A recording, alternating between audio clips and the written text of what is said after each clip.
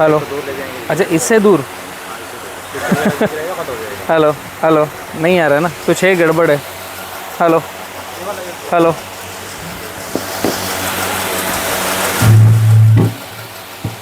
इसकी इसकी आवाज़ कम रखो थोड़ी। हेलो। मेरा नाम बलराम किशान है और मैं आपसे काफ़ी दूर रहता हूँ, लेकिन मुझे आज जैसा आप लोगों ने यहाँ पर इन किया, आपके घर तक, आपके दिलों तक, मतलब मैं यहीं रहता हूँ, आप ये समझ लीजिए। बड़वानी मध्य प्रदेश, यहाँ से लगभग 1100-1200 किलोमीटर दूर है। और महिला एफपीओ, जैसे मुझे बलवान जी ने बतलाया कि हरियाणा महेंद्रगढ़ डिस्ट्रिक्ट में भिवानिया गांव में महिलाओं का एक संगठन है जो फार्मर प्रोड्यूसर कंपनी बन चुका है, एफपीओ बन चुका है, हम किसानों का संगठन बन चुका है। तो मैं ये स्पीच शुरुआत करने से पहले केवल ना कि हरियाणा बल्कि पूरे भारत नहीं, पूरे विश्व को मैं बतला दूं कि महिलाएं ऑलरेडी खेतों में हैं, वो काम कर रहे हैं, बट आप लोगों को दिख नहीं रहा था, तो मैं आज दिखाना चाहता हूँ। जो खेतों में काम कर रहे थे वो एग्री इनपुट भी कर रहे हैं और अब एग्री आउटपुट में भी आ चुके हैं, वैल्यू एडिशन करके काफ़ी आगे तक वो अपनी चीज़ों को लेकर जाएंगे। इसकी आवश्यकता है क्या, या ये प्रॉब्लम कर रहा है पर रहेगा। महिलाओं ने जो एक संगठन बना करके कोशिश करी है कि हम भी कुछ कर सकते हैं, तो ये उनको बताने की आवश्यकता नहीं है, बट हम पूरे भारत को और विश्व को जानने की आवश्यकता है कि महिलाएं बहुत कुछ कर सकती है। तो मैं तो पहले, मेरे पास जब छोड़ ही दो उसको, चलेगा। जब मेरे पास बलवान जी ने बतलाया कि बलराम भाई आपकी आवश्यकता है किसान पाठशाला की, हमें यहाँ किसानों को गाइडलाइंस के लिए आपकी आवश्यकता है बी किसान में एग्री इनपुट की, क्योंकि एफपीओस के मेन काम होते हैं कि जो भी फार्मर्स हैं उनके खेतों में जो भी सामान लग रहा है वो सस्ते दामों पर मिले। तो बी किसान स्मार्ट फार्मिंग, बी किसान एक हमारा परिवार है पूरे भारत का। बी किसान का मतलब होता है किसान बने, जो खेती किसानी छोड़ रहा है उनको हम जहाँ पर प्रॉब्लम्स है उनकी प्रॉब्लम सॉल्व करके खेती किसानी कराते हैं। उस पोर्टल का नाम रखा है हमने बी किसान। तो सेकंड पार्ट आता है एग्री इनपुट में, कैसे किसानों की मदद हो, जैसे उनको खाद लगता है, बीज लगता है, दवाई लगती है, पानी देने के संसाधन लगते हैं, या जो भी खेत में काम करने की आवश्यकताएं लगे उनको बोलते हैं एग्री इनपुट, खेती में काम करने की चीज़ें। तो वो एफपीओस के काम है। तो उसमें मेरा खुद का एक प्राइवेट लिमिटेड है बी किसान, जो पूरे भारत में एफपीओस को और फार्मरों को एग्री इनपुट में मदद करता है। तीसरा हमारा वर्टिकल है O2 पार्क, जिनको लीड कर रहे हैं विंग कमांडर अंजलि, जो 23 साल से एयरफोर्स में थे, भारत सरकार के अच्छे कामों में सहयोग दे रहे थे, अपना कर्म काफ़ी उन्होंने किया है वहाँ पर, और एडमिनिस्ट्रेशन देख रहे थे भारत सरकार के 46 एयरफोर्स स्टेशन का। ये बहुत बड़ा एयर कमांड होता है, आपके उत्तर भारत में रहे हैं। तो 23 साल तक देश की सेवा करी। अब रिटायरमेंट के बाद किसानों की, गौशाला की और हम आपकी मदद करने के लिए ऑक्सीजन पार्क नाम से एक कंपनी रजिस्टर्ड करी है, जो बी किसान और किसान पाठशाला परिवार का एक हिस्सा है, एक वर्टिकल है। तो आप देख रहे हैं एग्री आउटपुट। जैसे एफपीओस की ही मैं अगर बात करूं तो एफपीओ में 3 पिलर है। एक एजुकेशन की, जो एफपीओ में सदस्य हैं और उनसे जुड़े हुए फार्मरों के गांव हैं, खेती हैं, उनको एजुकेट होना पड़ेगा कि हम residue free, chemical residue free खेती खर्चे में हम अपने खेतों में आउटपुट कैसे लेकर आएँ। तो वो एक पिलर किसान पाठशाला देख रहा है। दूसरा पिलर एग्री इनपुट में कम खर्चे में सामान कैसे मिले, किसान देख रहा है। और तीसरा पिलर कि हमने जो प्रोडक्शन कर लिया, हमारे महिला एफपीओ का भी यही उद्देश्य है ना, कि जो हमारे ग्रुप ने प्रोडक्शन किया उसका हम वैल्यू एडिशन करें, डोमेस्टिक, नेशनल और इंटरनेशनल मार्केट में जाएं। डोमेस्टिक मतलब हम जहां रहते हैं उस जगह पर हमने जो खेती किसानी से सामानों का उत्पादन किया उसका और अच्छे से वैल्यू एडिशन करके हम ही लोग उसको कंज्यूम करें, उपयोग करें। दूसरा, उस माल को इस तरीके से पैकेजिंग और प्रोडक्शन करें कि वो नेशनल पहुँचे, पूरे भारत में पहुँचे और इंटरनेशनल जाएं। तो ये जो डोमेस्टिक, नेशनल, इंटरनेशनल वाली जो कड़ी है, इनको पूरा अंजलि जी लीड कर रहे हैं O2 पार्क में। और एज ए गाइडलाइंस का सीखने सिखाने का हमारा पूरे भारत में जितने भी ट्रस्ट या NGO या गौशाला के साथ काम कर रहे हैं, उसका कहीं पर भी कोई चार्जेस नहीं है। हम यहाँ पर भी आए हैं तो हम जस्ट समय निकाल करके, जैसे हमारे शेड्यूल का बीच का गैप था, हम आए थे। अब मैं अपनी बातें शुरुआत करने से पहले मैंने अभी जो 3 चीज़ें बतलाई, ये समझ में आई हम क्या क्या करेंगे। एजुकेशन देंगे, एग्री इनपुट में मदद करेंगे और एग्री आउटपुट को समझेंगे और प्रोसेस इंप्रूवमेंट कराने में O2 पार्क मदद करेगा। तो तीनों वर्टिकल हमारे साथ में हैं। अब मैं आगे मेरी चर्चा चालू करूं, उसके पहले मुझे कुछ प्रश्न पूछना है आपसे। आपके यहाँ नीचे के चरण में मैं जाऊंगा। हम जब FPOs की बात करते हैं तो किसानों का संगठन, और भी आप लोगों के भी कुछ FPOs हैं यहाँ पर। किन के FPO हैं? लगभग सब हम FPOs के ही सदस्य बैठे हैं, डायरेक्टर बैठे हैं अलग अलग जिले से। मुझे बताया गया था कि कितने FPOs हैं यहाँ पर आपके साथ में जो चर्चा में? 34 FPOs हैं जो किसान पाठशाला के साथ जुड़कर आगे बढ़ना चाहते हैं। तो 34 FPOs में से मैं अगर पूछना चाहूँ कि समस्या कहाँ पर है, तो मैं पूछना चाहूँगा नीचे ग्राउंड पर जो FPOs हैं वो खेती ही कर रहे हैं।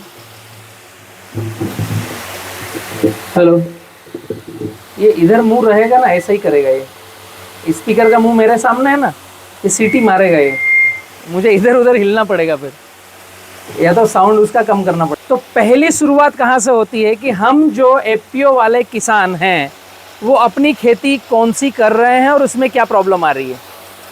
मेरा पहला प्रश्न ही यही रहेगा कि आप किसान कौन सी खेती कर रहे हैं और उनमें समस्या मेन क्या आ रही है। आपको जानकारी हो तो मुझे कुछ बताइए।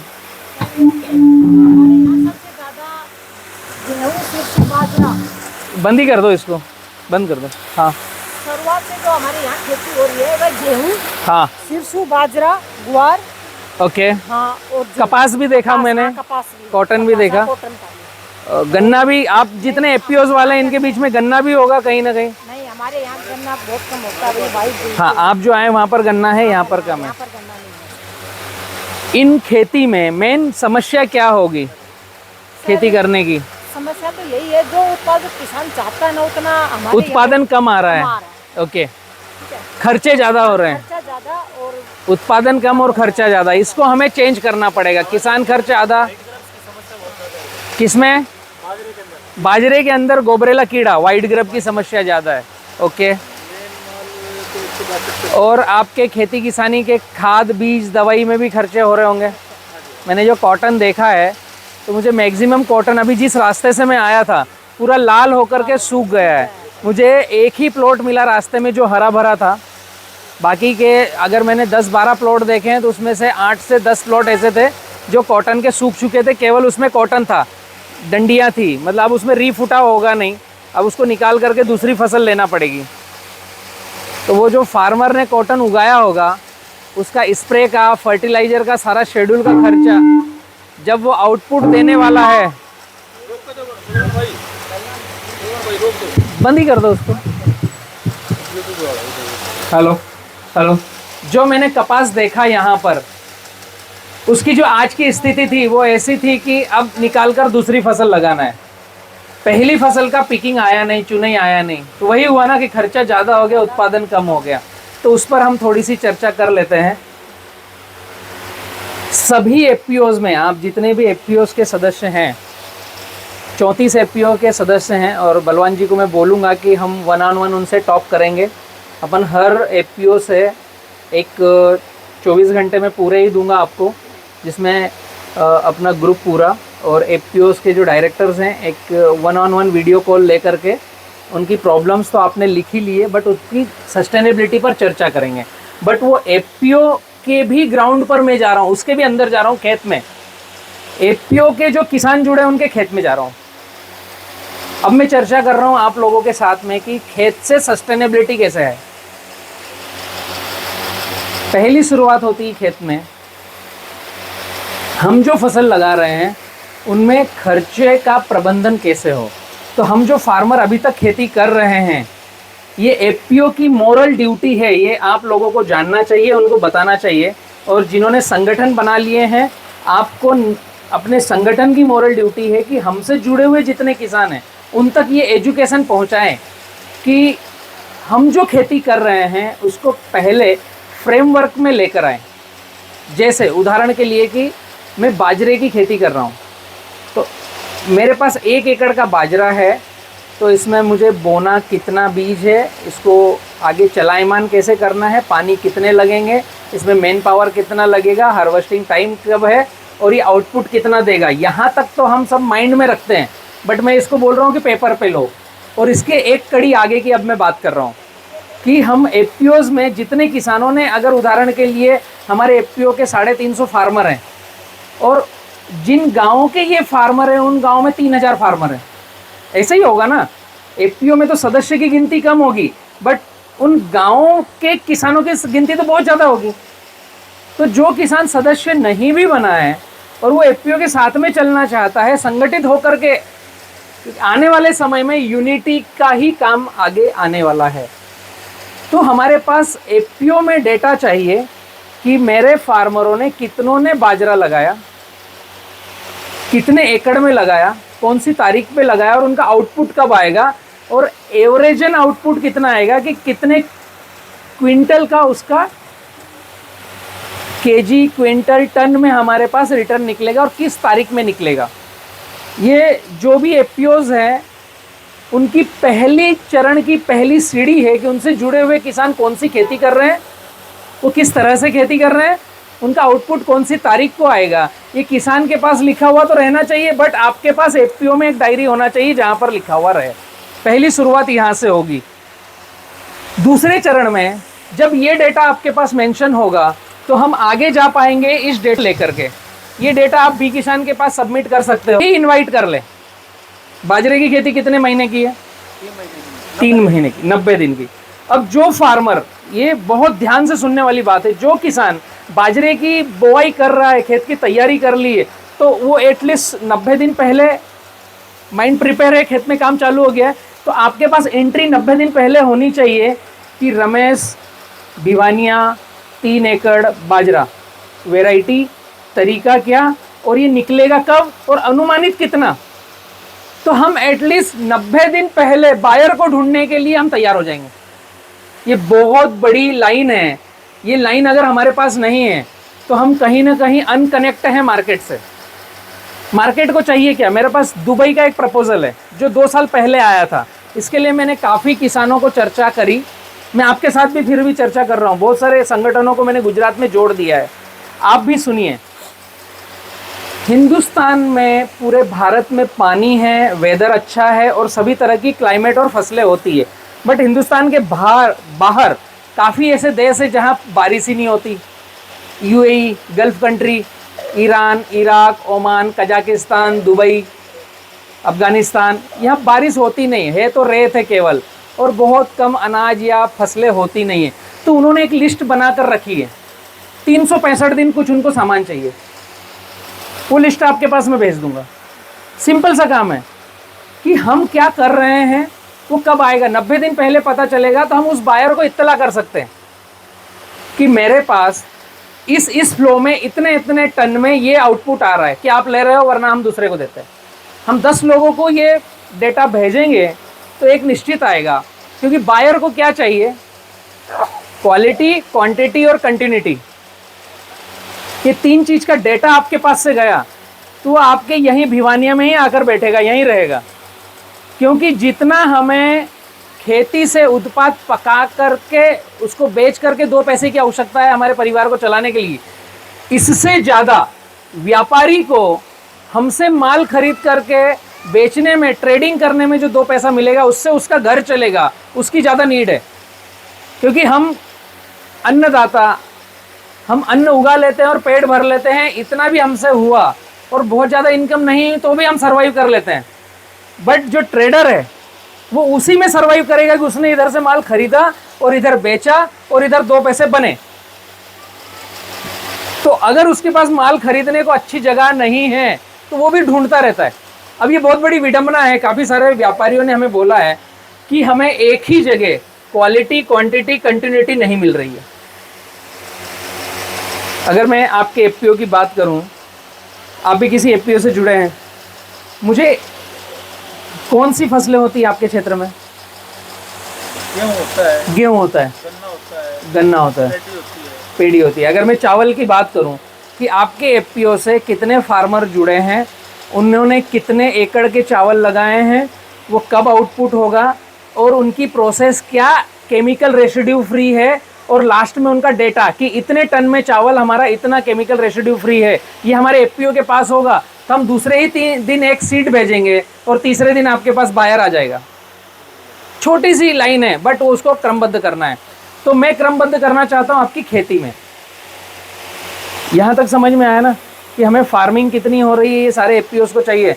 अब फार्मिंग कैसे हो रही है, ये बहुत बड़ा प्रश्न है कि खेती हम कैसे कर रहे हैं। मेरी भाषा आप महिलाओं तक जा रही है, बराबर समझ में आ रहा है आप लोगों को? आप भी खेती कर रहे हैं, महिलाएं भी? अगर मेरी बात से सहमत हो तो हाथ खड़ा कर सकते हैं। आप सभी खेती कर रहे हैं, ओके।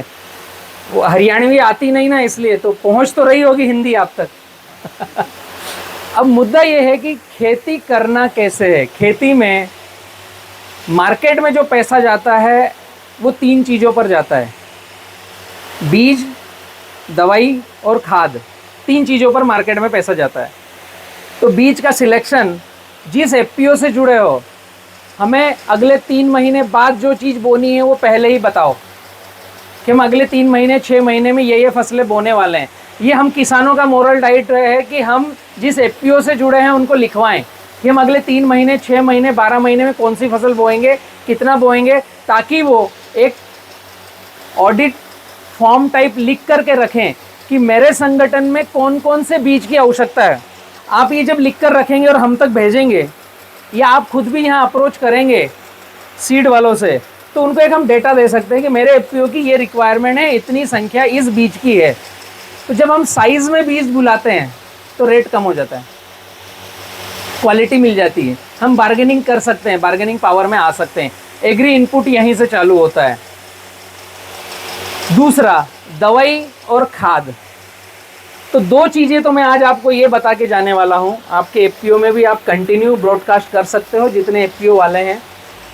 कोई सी भी फसल है, हम दवाई का चयन कैसे करें, और कोई सी भी फसल है, खाद का चयन कैसे करें। बाकी तो हम किसानों को अपना कर्म लगाना है, हमारे खेत में पानी देना है, और हमें लेबर लगा करके वो उगा करके बाहर निकालना है। दवाई और खाद 2 हमें मार्केट से ख़रीदना पड़ता है। लेबर का कोई विकल्प नहीं है, हमें लेबर लाना पड़ेगा, उनको उनकी दिहाड़ी देना है, उनसे काम कराना है, उसका कोई विकल्प नहीं है। और वो अच्छे से कराओ। अगर वो हम नहीं कराएंगे तो हमारे देश के लेबर बाहर जा रहे हैं। आप लोगों को पता है, जितनी भी गल्फ कंट्रियां हैं, Dubai, Iran, Iraq, Oman, Kazakhstan, वहाँ काम करने वाले नहीं हैं। वहाँ काम करने वाले या तो भारत के हैं, या पाकिस्तान के हैं, या बांग्लादेश के हैं, या श्रीलंका के हैं। तो हमारे यहाँ पर ही अच्छी दिहाड़ी दें, हम ही अच्छा काम करें। कब दे पाएंगे? जब हम दवाई और खाद से पैसा बचा पाएंगे। हम फोकस्ड कहाँ करते हैं? लेबर पर फोकस करते हैं कि मेरे यहाँ महंगी लेबर हो गई है तो मेरे से अब खेती नहीं हो रही है। कॉन्सेप्ट समझना, मेरे यहाँ महंगी लेबर है, खेती नहीं हो रही है, लेकिन हम महंगी दवाइयाँ लेते जा रहे हैं। पहले जो दवाई का घोल हमारे 200 लीटर के ड्रम में 500 रुपये का बनता था, अब वो शायद 1800 से 2200 रुपये का बनता है।